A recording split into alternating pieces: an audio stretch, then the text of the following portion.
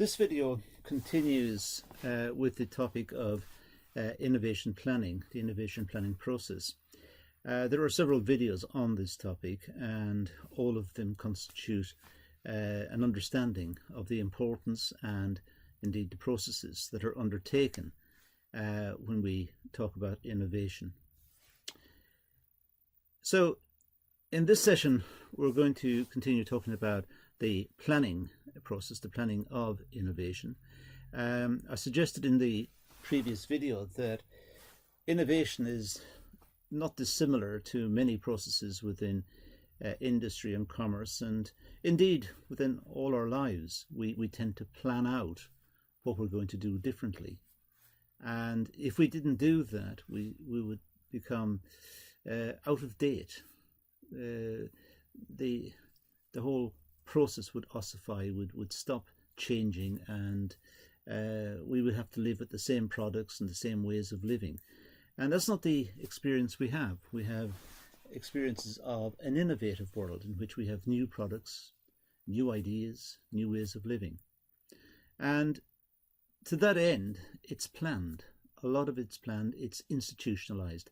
Companies encourage innovation, they encourage change, but they must plan for it, and they must ensure that the change that they are adopting is a profitable one and a fruitful one, and one which will enhance the products they make and enhance the consumer experience. So let's continue with this, and we're dealing here with Kumar's model, which identified 8 modes. Now, these were dealt with in the previous video, so I'm not going to labor that here, but nonetheless we need to amplify what we said about these different modes.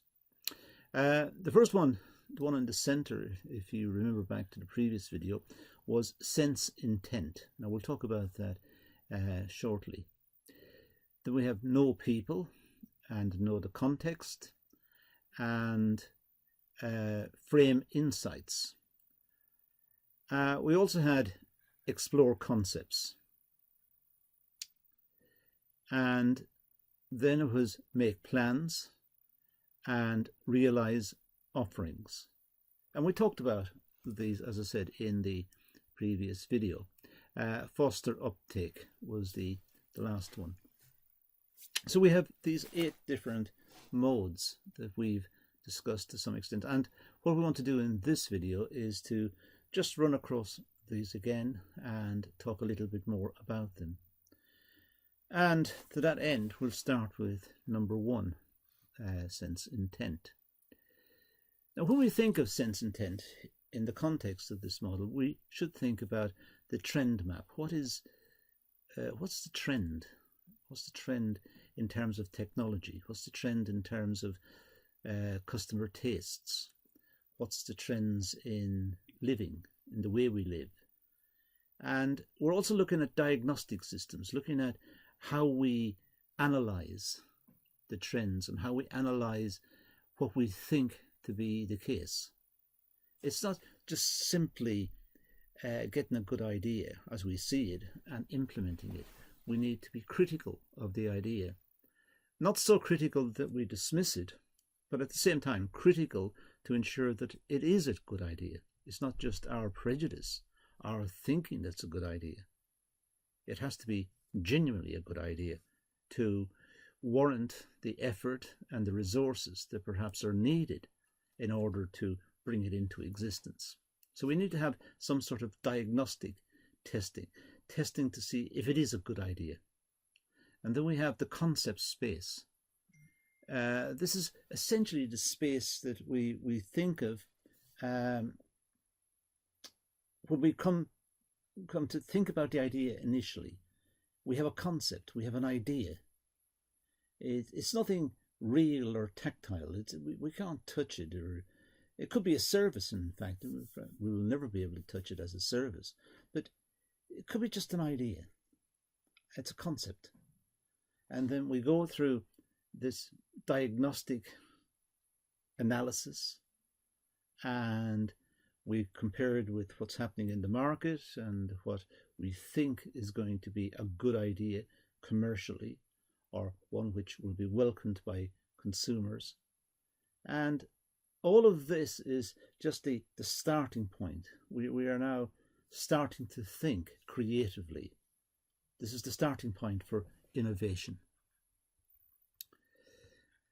The main concept in this stage refers to sea changes, diagnostic conditions, and form intent. A sea change is this radical change. It's really, sea change is a bit like a slang term in English. It's an old-fashioned term. It means very big change. A change that is going to alter the market, or alter the way we live, or alter the way we work, or even the way we think. And we go through this diagnosis of these conditions, and we try to think, is it a good idea to implement it? So we come up with ideas. These ideas are a departure from what we're doing. As such, they're quite perhaps big ideas, because they are departures. Then we have to think, what's the necessary conditions to bring them into existence? And then we think, is it a good idea? Is it worth doing? Innovation planning activates, or activities, I should say, start with an intent. That's where innovation starts. Innovation starts in our minds, or in somebody's mind. Somebody has an idea. The chances are other people will not understand the idea, and that person may be deemed as perhaps a little different to the rest of us, and may in fact suffer from ridicule because he or she has come up with such a radical idea. But it starts in the mind of somebody. It's like entrepreneurship. Entrepreneurship starts in the mind. We can't train people to be entrepreneurs. People are entrepreneurial or they're not. It happens. So it starts with a goal. People are aiming to do something. They're aiming to achieve something. They know what the existing conditions are, the existing market, the existing products, the existing ways of living. They can see this, but they want to institute a change. So they have an idea, they have a hypothesis that if something, then something else. If something happens, something else will happen. And they're trying to link this to a need. Do people want this? Because after all, we might have a lot of really interesting ideas, but nobody else wants them. But in business, we need to have a good idea that people want. So it's commercial. So innovation starts in our minds, or in somebody's mind, and there is an intent. The intent is to perhaps make a profit, or change a product, or change a marketing campaign, or change recruitment processes in the HR department. Whatever it is, there is an intent of some sort. There is a goal. There is something at the end, something that you're trying to achieve. And it's a hypothesis. It's an idea. If they change something, then something else will happen. That's what they have in mind. If they change the product, there will be more sales. If they improve the product or innovate the product, there will be more sales and the company will be more profitable. And this will only happen is if this idea links to a need and satisfies a need.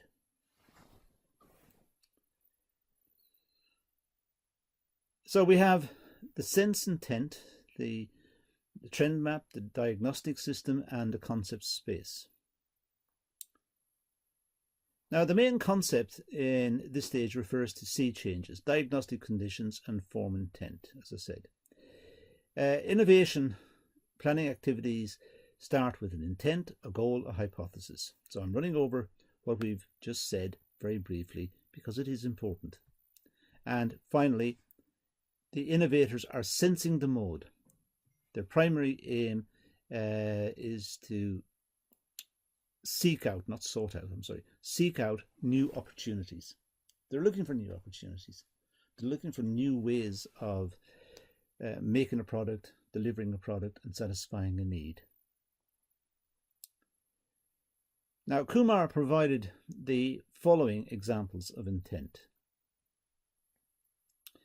A portable MP3 player, which plays sound files.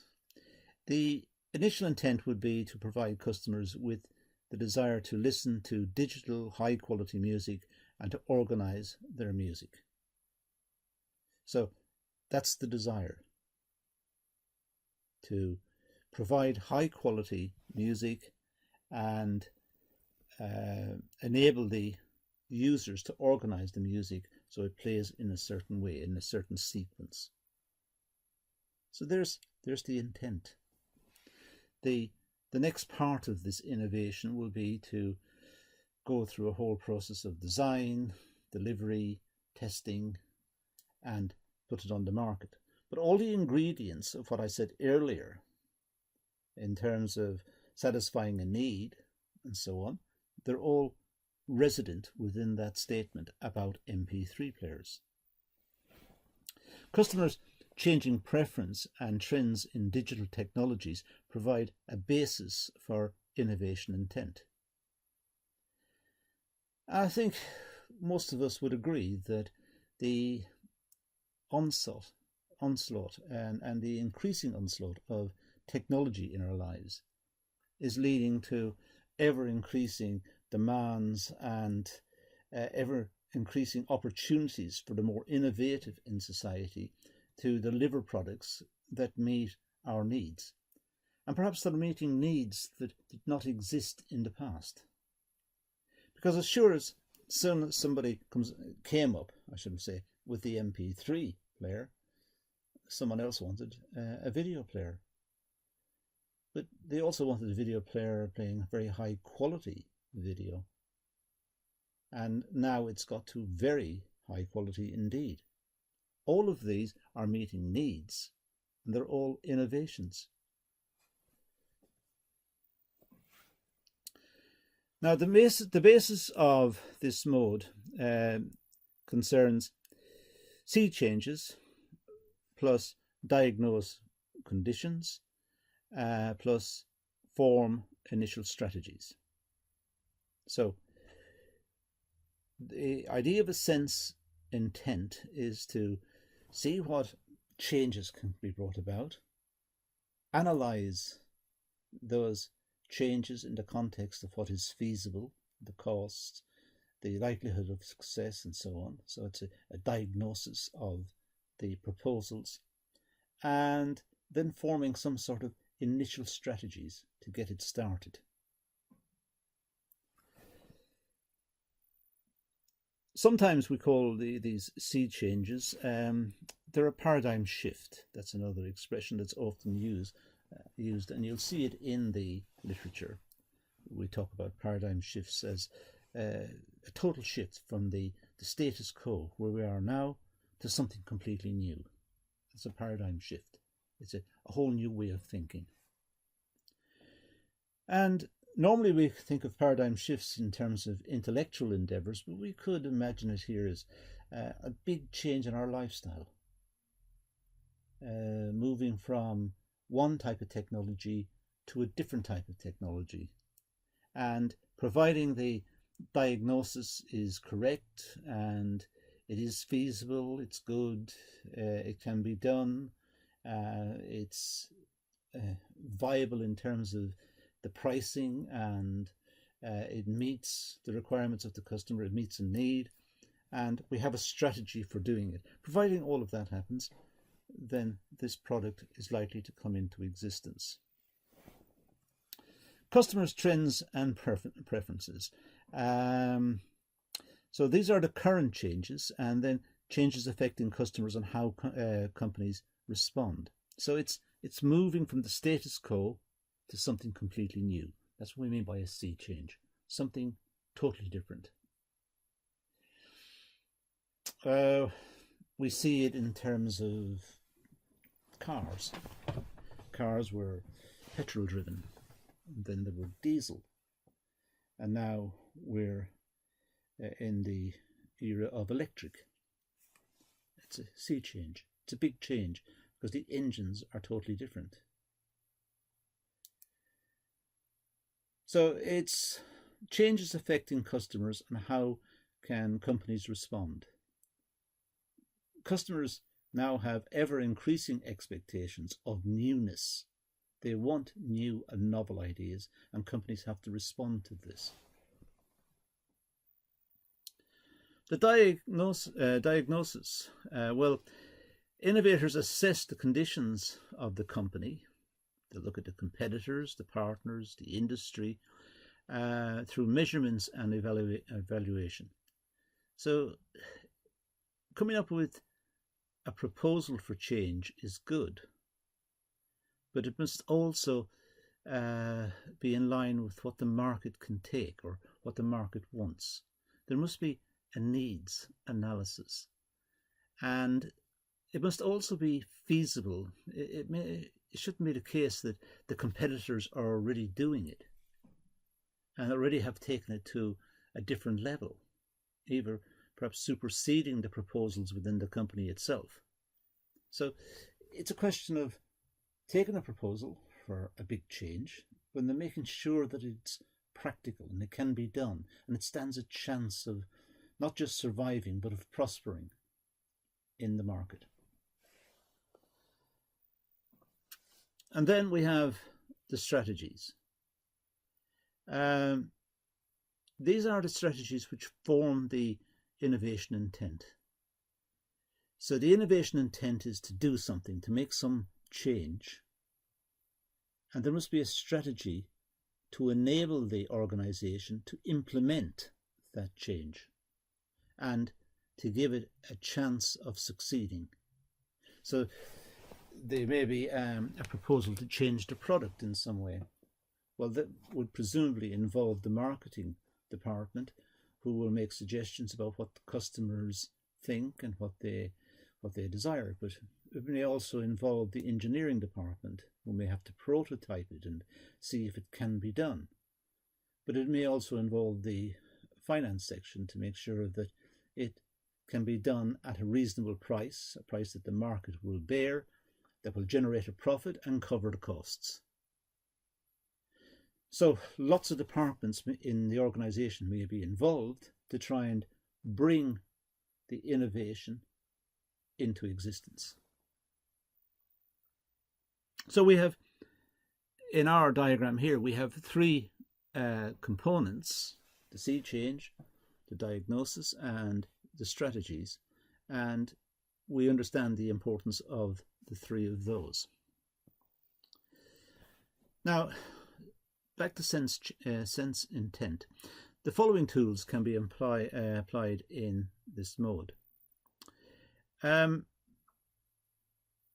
trend map, mapping techniques to analyze trends in culture, business, and technology.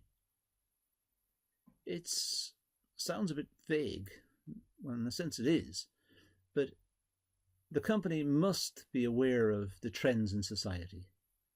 They must have their finger on the pulse. They must understand that society has certain desires, and also society has a certain tolerance towards change.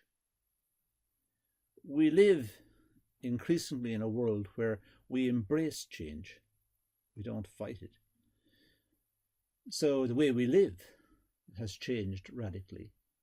The equipment we keep in our houses for cooking and for entertainment is a lot different to what was in existence, say, 10 years ago, or certainly 100 years ago. A lot different. And we can see trends into the future. We see what the magazines are talking about. We can see what people desire, what people are proposing. We see on the television or read in the press that scientists are working on certain developments and technologists are working on certain developments, and we can imagine if these are successful, they will become a trend. Well, that information is also known to industry, who should be prepared to embrace it and see how they can use that development. The diagnostic system, well, these are the tools which evaluate the diagnostics of company capacity. The company may have fantastic ideas, really great ideas about developing new products and innovating, but if it hasn't got the capacity to do so, it can't. So it needs to analyze itself in terms of the competencies of its workforce, the skills, the abilities, the capital available, the amount of risk associated with new proposals, the distribution channels. It has to look at a lot of factors to ensure that it can participate in developing this new world in which we're discussing. The concept space, well, tools to organize problems, issues, opportunities. The concept space are really, it's what we can think of in terms of the issues involved in innovation. I just mentioned some earlier, the ability of the company to produce, but also thinking about the product itself. If the product is developed, will that in turn lead on to further development? What's the life cycle of the product? Or what's the estimated life cycle of the product? Will it run out very quickly and perhaps have to be replaced by something new? So we can imagine these. These are conceptual. We have to think about these. But note the analysis that we do. Even though the analysis may seem extreme and quite fanciful to many people, it may still be valid. So these are some of the issues associated with sense intent. Now, so we're looking at, sea change. C is SEA, not SEE. C changes, diagnostic conditions, and form intent, to run across it again. We're looking at the identification of needs, the goals, the hypothesis.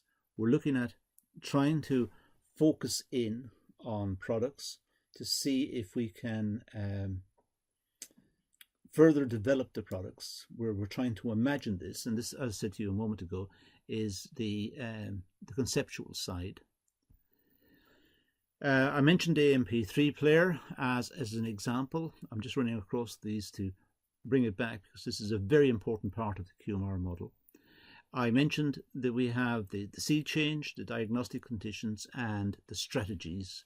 And these are the bits that we've covered about those.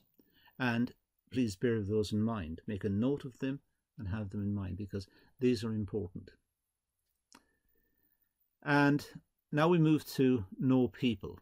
Well, QMR refers to this mode as the search for people's unmet needs. The main focus in this mode is people in terms of the innovation intent. We have to try and determine needs, and this really is a function of the marketing department. Classically, that's how needs were discovered. So the marketing department would conduct surveys or talk to customers directly, or they would try to pick up the feel of the market and feed it back to the organization. This is what the customers are looking for. The main approach in understanding customers' needs or trends to be through the market research, such as interviews, focus groups, and questionnaires. These are the standard techniques to be used to pick up what customers are thinking. So it's important to know people before an idea is implemented, before a product is made, with all of the costs of making the product, the prototyping, the design, the engineering, the tooling, the delivery, the costing, and so on. Before all of those costs are incurred, it's important to find out what people think. And really, the company is asking the customers to imagine the product and then think about whether they would be interested in such a product. Of course, the danger with conducting this type of research is they may be giving away their idea to a competitor. Someone participating in this process may go to a competitor and inform the competitor that the company is thinking along those lines. So there is a danger, but that's the only way the company can pick up this information. This type of research helps organizations understand customer needs in regards to the products and the services. And as I said, it's probably the only way it can be done, but it is dangerous. It could be giving competitors ideas, perhaps ideas they didn't have beforehand. So it has to be dealt with carefully. Now let me just skip over.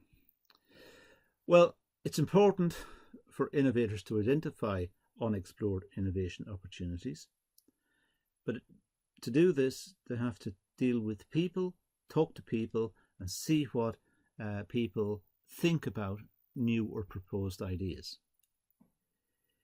It's a question of trying to meet people and run the ideas past them, determine what the people's needs are, see what needs are unmet or what the people would like to see, and see which needs they're aware of.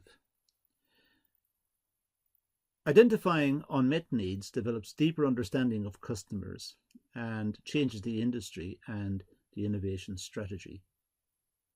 So it's a question of ensuring that the organization has got some sort of reach to the final customers and can take into account the final customers' feelings, reactions to products and reaction to product changes, and can link with the business. Now, the research tools, well, a research plan, of course it needs resources and it needs a time frame, but trying to have some research plan. And bear in mind what I said earlier, it does involve a risk of giving away the idea. The fact that the customers are being contacted and asked how they feel about certain proposals or certain products, even if it's not giving away the idea explicitly, it's signaling up that they're thinking something in this area, and that could go back to competitors. Could be video or photo research methods used to interview and analyze and evaluate people in their environment, sometimes with people's permission. They may be videoed at work or videoed in shops with their permission. It shouldn't be done secretively if they agree to it, and see what their reaction is to certain products. It's very seldom used, but it was proposed. I think nowadays with security issues we would be more reticent to agree to such measures, but it was a proposal in the literature way back. Use camera study, share their experience and activities in their own environment. Some people may volunteer to be analysed in terms of sleep behaviour, for example, or maybe analysed in terms of certain light drugs to deal with certain issues, or all sorts of areas where people may be compensated and they freely agree to participating in some sort of analysis of some new proposal, something that will innovate the market. So they may participate, and out of this the company will get feedback and get understanding and understand the criticisms of the product and the proposal as well. So the research tools, well, ethnographic interview, trying to interviewing people in their own environments to assess behaviour. It is used. Sometimes interviewers may go to a certain area and try to stop people on the street, or engage with people, sometimes to go door to door and ask them to what think of certain things or certain products. And sometimes the participants are rewarded with free samples or some sort of reward, perhaps a spending voucher for certain shops or that sort of thing. Could be database research, access to a database of people's daily activities and observations, if such a database exists. Generally speaking, databases may not be very precise. It depends on the nature of the proposal or of the innovation that's been proposed. If it's a very specific innovation, it's unlikely that general databases will shed much light on its likelihood of success or failure. Looking at experience, well, mapping out stories about people and their experiences with company products and feedback and messages. Sometimes that can be quite useful when potential customers are given scenarios and talked about the uses of the product if it existed, or if the innovation were to go forward, how it would improve their lives, how it would go with other products. So looking at experience and trying to imagine what the experience would be if this product existed. And even if a prototype did exist, they could try it out perhaps and see if it was a good idea. That's the source for this chat on trying to plan innovation. Hopefully you've got the idea that it is very complex. It's complex because we're dealing here with just an idea. It's an intent, just an idea. The intention is to innovate, but it hasn't happened. And the company needs feedback as to what the innovation should be, what form it should take. And it's trying to collect information from people who they themselves don't know what the product is or what the innovation is. They're trying to imagine it as well. So it's a highly complex type of analysis. But having said that, we do need this to happen. We do need products to change. So sometimes, to break the logjam on this, companies simply, to use an expression, they bite the bullet. They bite the bullet and they develop the product. Having developed the product, they then demonstrate it and see what the reaction is. Sometimes the reaction may be favorable. Sometimes the reaction may say, it's a good idea, but I wish it could do the following. Well, that is useful information. And here the respondents have got something to go on. So that is a useful way forward. But it is expensive. It depends on the nature of the innovation. It depends on what's been proposed. It may not be entirely suitable for all types of development. The one I've just given you with the development of a consumer product, although expensive, might be very useful. But if it was an innovation in terms of production and looking at some issue associated with a large industrial machine, that's far more complex. That can't be just worked on and changed just to see what happens. That would be extremely expensive, perhaps. So these are some of the ideas associated with trying to plan for innovation. And you can see how complicated it's all becoming. It is extremely complicated. But the Kumar model is useful. It gives us a framework and it gets us started. And that's all we're going to deal with in this one. So let's leave it at that and say thank you for watching.